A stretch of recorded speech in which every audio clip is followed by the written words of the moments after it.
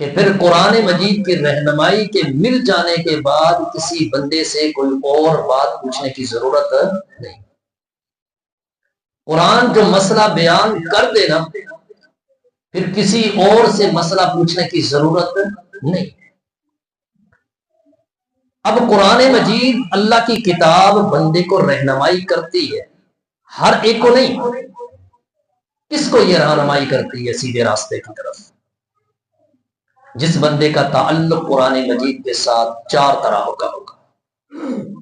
یہ قرآن مجید اس بندے کو رہنمائی کرے گا سیدھے راستے کی طرف، صراط مستقیم کی طرف، اور جنت کے راستے کی طرف، ہدایت کی طرف، اللہ اور اس کے رسول کے راستے کی طرف۔ یہ قرآن مجید اس کی رہنمائی کرے گا نا جس بندے کا تعلق قرآن مجید کے ساتھ 4 طرح کا ہوگا۔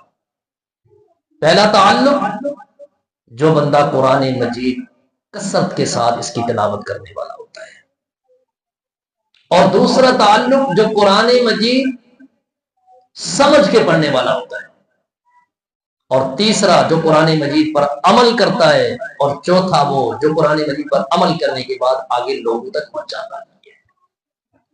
جس بندے کا تعلق 4 طرح کا قرآن مجید کے ساتھ ہوگا نا، یاد رکھیں پھر وہ شخص ایسا ہے کہ قرآن مجید پڑھے گا نا تو قرآن مجید اس کو بالکل سیدھے راستے کی طرف رہنمائی کرے گا، جو بالکل صراط مستقیم ہے، جو جنت کا راستہ ہے، جو اللہ اور اس کے رسول کا راستہ ہے۔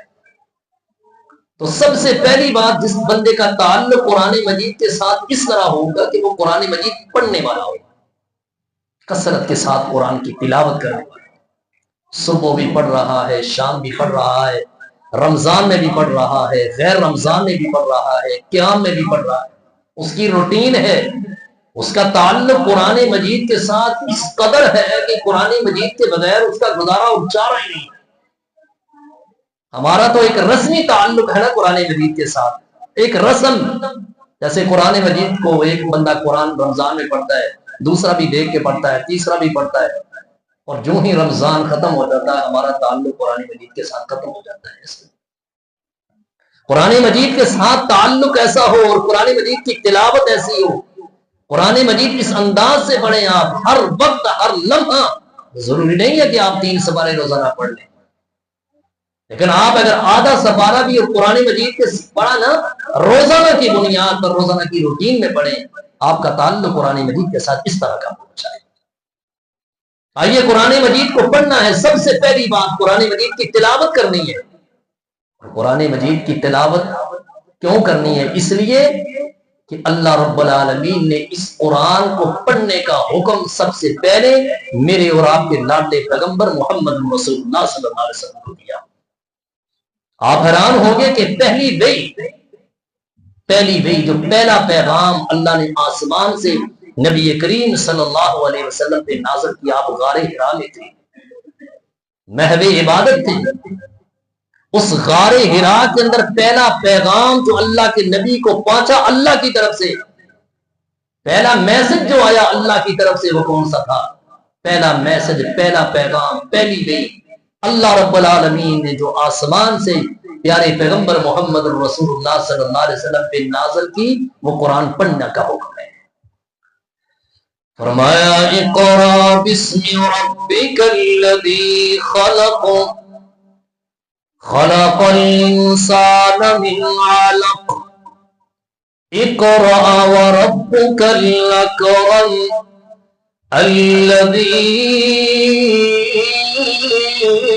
علم بالقلم۔ اللہ رب العالمین نے آسمان سے غار حرا میں میرے اور آپ کے لاڈلے پیغمبر محمد رسول اللہ صلی اللہ علیہ وسلم پر پہلی وحی جو نازل کی، اس پہلی وحی میں اللہ رب العالمین نے اپنے محبوب پیغمبر کو جو چیز سب سے پہلے پڑھنے کا حکم دیا وہ اللہ کا کلام قرآن مجید ہے۔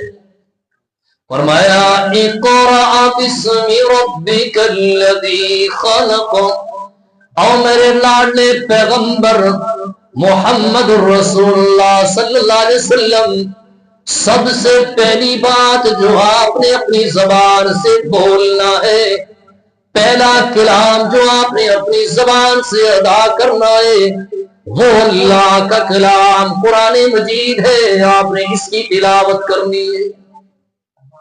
اللہ رب العالمین نے دوسرا حکم میرے اور آپ کے لاڈلے پیغمبر محمد الرسول اللہ صلی اللہ علیہ وسلم پہ نازل کیا۔ اللہ کے نبی کا نام آئے نا تو ذرا پیار محبت کے ساتھ اونچی آواز سے کہہ دیں صلی اللہ، میرے اور آپ کے لاڈلے پیغمبر محمد الرسول اللہ صلی اللہ علیہ وسلم پہ نازل کیا۔ فرمایا یا ایھا المزمل قم اللیل الا قلیلا